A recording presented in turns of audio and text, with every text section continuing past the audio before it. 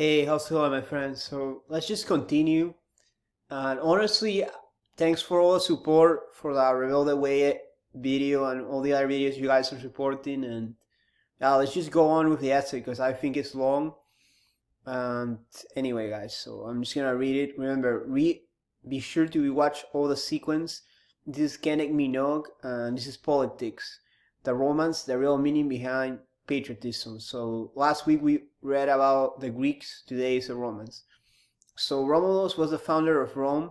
Romans saw him as their father. Their focus was on loving their country. So that's one big distinction right there. Greeks didn't see like their founder as their father, and Romans have this concept of family and the state as part of their family. Horan's motto, Dulce et decorum est pro patria mori, translate to it's sweet and fitting to die for one's country. So Romans promoted this idea that the country was the family, and they had to fight wars or get in wars and die for their family if needed to, because I think they were into wars, but not as much as the Germanic tribe, which we'll talk about it once I do some of that German stuff. So World War I changed this motto to helpless people at the mercy of ruthless politicians. So we'll know the whole assassination of the Franz Ferdinand the Duke by the Serbian Gabrielo Princip, and then it created World War I, and it was a huge war between the Triple Entente and then I think it's a Triple Alliance, or because I don't think they were calling themselves Axis back in the day, but it was the Austro-Hungarian Empire, Germany, the Ottoman Empire against Triple Entente, Britain, France. I think the US was helping, Belgium was on the side of the Allies. And there's a book by Edith Wharton, which I really want to read, and I'll probably read it as well. She's Dutch American, but it was writing about it.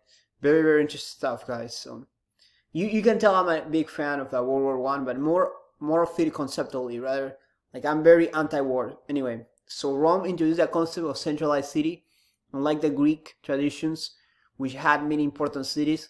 And now that I think about Spain, they have Madrid, France, they have Paris, and then Italy, they have Rome. So it's the idea of the centralized city and how from there everything is governed. And Greeks were more theoretical, whereas Romans were more practical driven. I guess you could say practical driven, but I think Greeks were the most philosophical, the most theoretical of people from what I've seen. Like, at least Minogue makes it seem like that way. And however, Roman vocabulary is and was crucial in the development of Europe, since Latin was used until the 16th century as a language of Western Europe.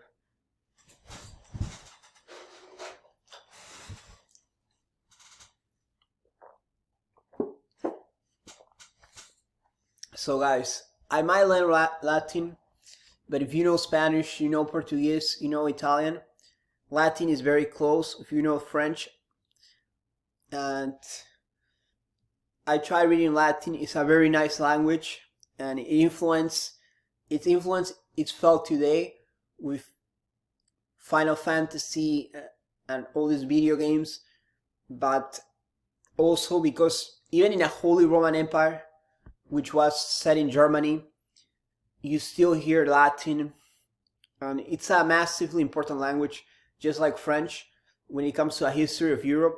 So it's definitely worth checking it out. I might study Latin at some point, but at this point, I'm already like studying French, studying Italian and German. That it makes no sense for me to like expand further. However, it's a really nice language. Recommend you all to learn it, and it definitely is closely tied to the history of Western Europe. Romans viewed themselves as a people whose mission was to civilize the world, and this is right, just like in France, the idea of spreading civilization to other people. And I feel like with Spaniards, it's more spreading Catholicism, but they have similar ideas. Plebeians were allowed to have their own tribunal for representation in government. And it's interesting, Minogue says this, but it's interesting how, and I don't want to get into controversial stuff, but it seems Britain and maybe even the Dutch, so people don't say, oh, I'm always focused on Anglos, like they didn't follow the Roman model. They followed more of a mercantile approach where their main focus was on trade as opposed to trying to change the people there. And it's interesting. I prefer the Roman view because they're trying to integrate people. But anyway, let's continue. Plebeians were allowed to have their own tribunal for representation. So these were the working class people. Two things Roman excelled at was they were able to solve institutional crises. For instance, giving the plebeians representation and their ability for winning wars. Romans defeated the Greeks and the Carthaginians. And this is what Minogue tried to focus on. He said Greeks were mainly the creative people, theoretical, who were creating all this philosophy and politics, while Romans were more about expanding their civilization and expanding their worldview to integrate other peoples. And they were very good at solving crises when they said, like, let's give the working class people representation.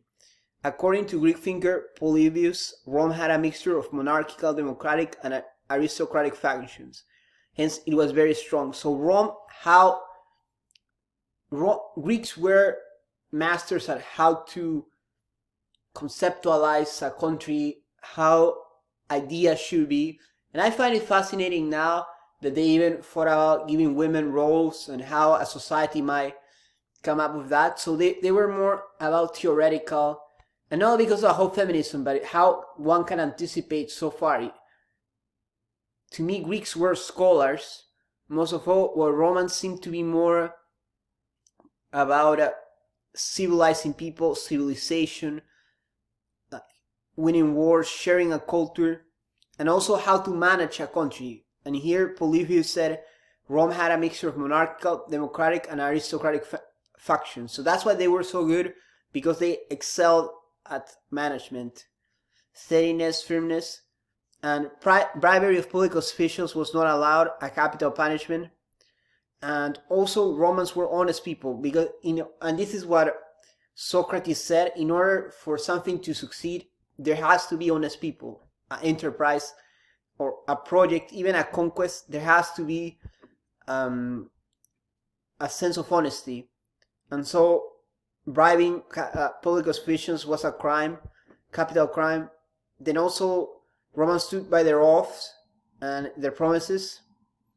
Here it says that there was a more of a spiritual reason why they did, unlike the Greeks. But it's fascinating how, honestly, by reading this, I'm very impressed by Greek people. Like they're definitely some of the smartest out there. Then love of the country predominated, or love of oneself. Caesar believed that virtue was the first condition for freedom. Alright guys, I'll be back 1 minute. We'll continue. Guys, let's just continue. I'm back. So, briefly, Caesar believed that freedom needed a condition for Romans to rule their country and be efficient. They needed to love their country more than themselves. And he was critical of the idea of narcissism, of loving oneself. I'm just going to use it like that. It's an easy word to use, but let's continue. What I've learned, people in the Middle Ages believed that they were following up where Rome left off. The concept of the papal state was born from the ashes of Rome. Rome was founded in 753 BC by Romulus. It was ruled by kings until 509 BC. Rome went from a republic ruled by Caesar, who was assassinated in 44 BC. Then the Octavian, that was Caesar's relative, ascended as the ruler and ruled, and he became an emperor of Rome. And then it's very interesting, they talk about authority. So the Senate yielded authority. It might be that this authority came from Roman ancestors and might be connected with the idea that Romans viewed their state as one big family.